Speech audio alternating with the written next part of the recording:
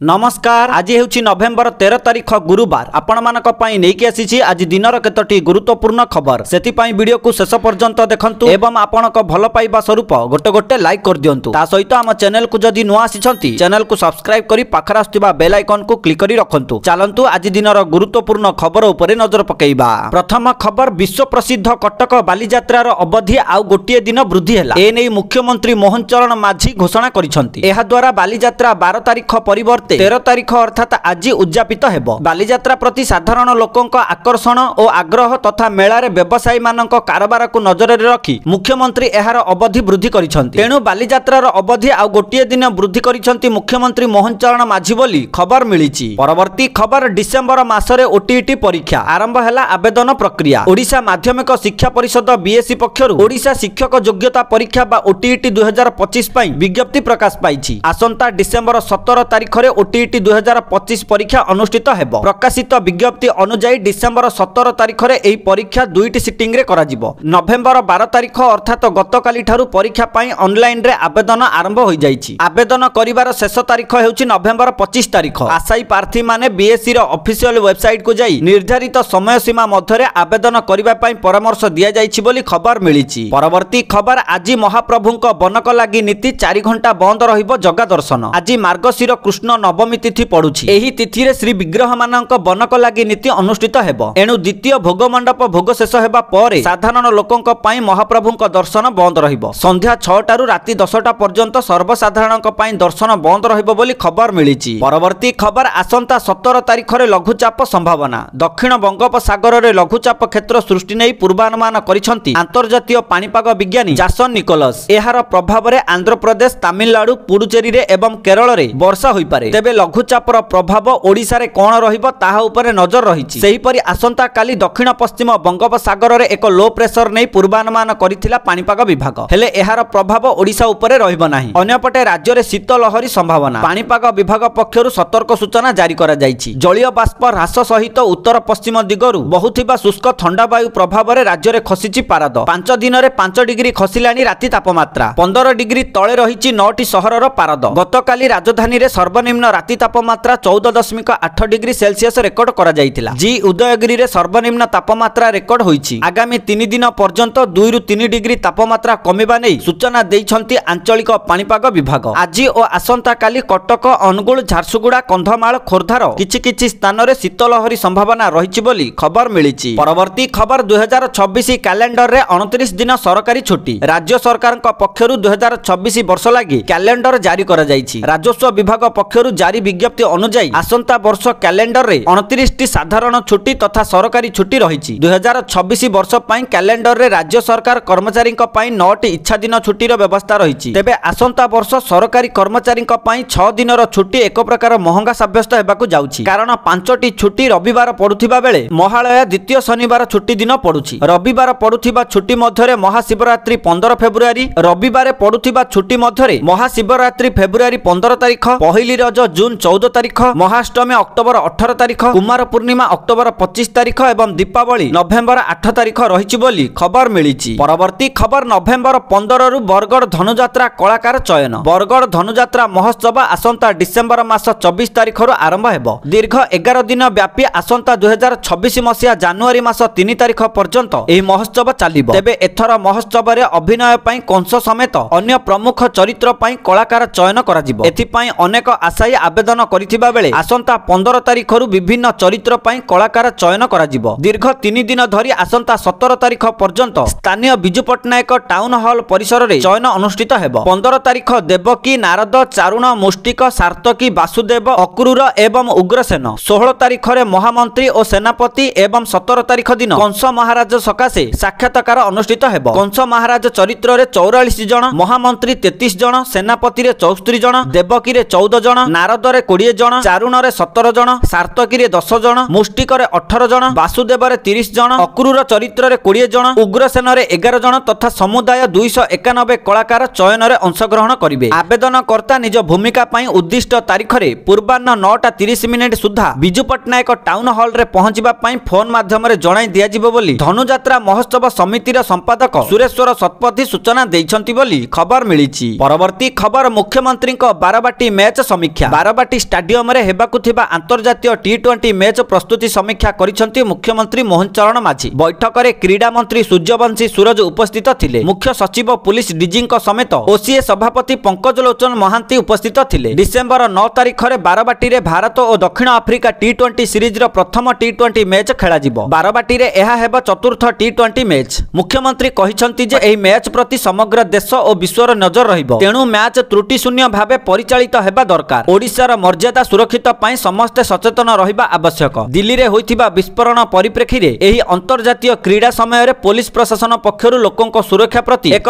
Full proof व्यवस्था करा जिबा आवश्यक। एथि पाई पुलिस अधिक सतर्क रहिबा आवश्यक। असुस्थ व्यक्ति किंबा अन्यान्य असुविधा स्थल रे लोकमानंकु नेबा आनिबा पाई एक सुव्यवस्थित ग्रीन कॉरिडोर व्यवस्था करा जिवो। भीड़ नियंत्रण, टिकट बिक्री, जरूरी चिकित्सा व्यवस्था आदि समस्त कार्यगुड़िकु उपयुक्त भावे तदारख करी निर्भुल भावे परिचालना करा जिवो बोली मुख्यमंत्री मोहन चरण माझी परामर्श दैछंती। एपटे 3 वर्ष पर पुणी बारबाटी रे दक्षिण आफ्रिका मुहांमुही हेबे बोली खबर मिलिछि। परवर्ती खबर सुभद्रा योजना को नहीं आसिला बड़ अपडेट। आसिबो नुआ लिस्ट। एही दिन एमानंकु मिलिबो 5000 टंका। आपनक नाम लिस्ट रे आसिबो कि नाही जानि नियंतु। गोटिए पटे ओडिशार मुख्यमंत्री भूल रे अनेक महिलांकर नाम सुभद्रा योजना रु काटी देइथिले। जेउ हिताधिकारींकर नाम को काटी दिया जाइथिला, सर्वे करी सेमानंकर नाम को एबे सुभद्रा योजना रे शामिल करा जाइछि। तेनु सुभद्रा योजनार तृतीय किस्ती टंका जेउ मानंकु मिलिनी सेमानंकु तृतीय किस्तीर 5000 टंका प्रदान करा जिवो। ता सहित जेउ महिला माने जीवित अछंती किंतु सेमानंकु जदि पूर्वरु मृत दर्शा जाई सुभद्रा टंका प्रदान करा जाय नाही किंबा अन्य कौनसी कारणरु तृतीय किस्ती टंका मिलिनी, तेबे सेमानंकर एबे नुआ लिस्ट जारी करा जिवो। आसंता 2 रु 3 दिन भितरे नुआ लिस्ट आसीबो। नुआ लिस्ट रे जेउ मानंकर नाम थिबो सेमानंकु सुभद्रा योजनार 5000 टंका प्रदान करा जिवो। अन्यपटे जेउ महिला मानंकर राशन कार्ड अछि, जेउ महिला माने ई-केवाईसी करिसंती, तेबे सेमानंकु एबे द्वितीय किंबा तृतीय किस्तीर 5000 टंका प्रदान करा जिवो बोली राज्य सरकारक पक्षरु बड़ अपडेट आसीछि। परवर्ती खबर कमिला सुना दर, बढ़िला रूपा दर। गहना किनिबा पूर्वरु नजर पकांतु ओडिशा समेत देश रे केते रहिछि सुना दर। तेबे जदि आपण आज सुना किनिबा को चाहुचंती बा योजना करिसंती, तेबे प्रथमे जानि नियंतु आजिर सुना दर। आज भारतीय बाजार रे 24 कैरेट सुनार मूल्य 1,25,510 टंका रहिछि। सेही परि 22 कैरेट सुनार मूल्य 1,15,050 टंका को छुइछि। सेही परि राजधानी भुवनेश्वर रे 24 कैरेट सुनार मूल्य 10 ग्राम पिछा 1,25,510 टंका रहिथिबा बेले 22 कैरेट सुनार मूल्य 10 ग्राम पिछा 1,15,050 टंका को पहुंचिछि। अन्यपटे रूपा मूल्य किलो पिछा 1,62,000 टंका होइछि बोली खबर मिलिछि। परवर्ती खबर दिल्ली विस्फोरण पर हाई अलर्ट रे राजधानी Bhubaneswar, Nayapalli, info valley, Bharatpur, capital आदि विभिन्न थाना अंचल रे पेट्रोलिंग कड़ाकड़ी करा जाइछि। सेही भली विभिन्न अंचल रे नाका लगा जाई गाड़ी मोटर चेकिंग करा जाउछि। रेलवे स्टेशन, बस स्टैंड अंचल रे चेकिंग करिबा सह शहर रे थिबा होटल रे मध्य जांच करा जाउछि। केवल भुवनेश्वर नुह, राज्यर विभिन्न स्थान रे सुरक्षा व्यवस्था को कड़ाकड़ी करा जाउछि। रेलवे स्टेशन, एयरपोर्ट सह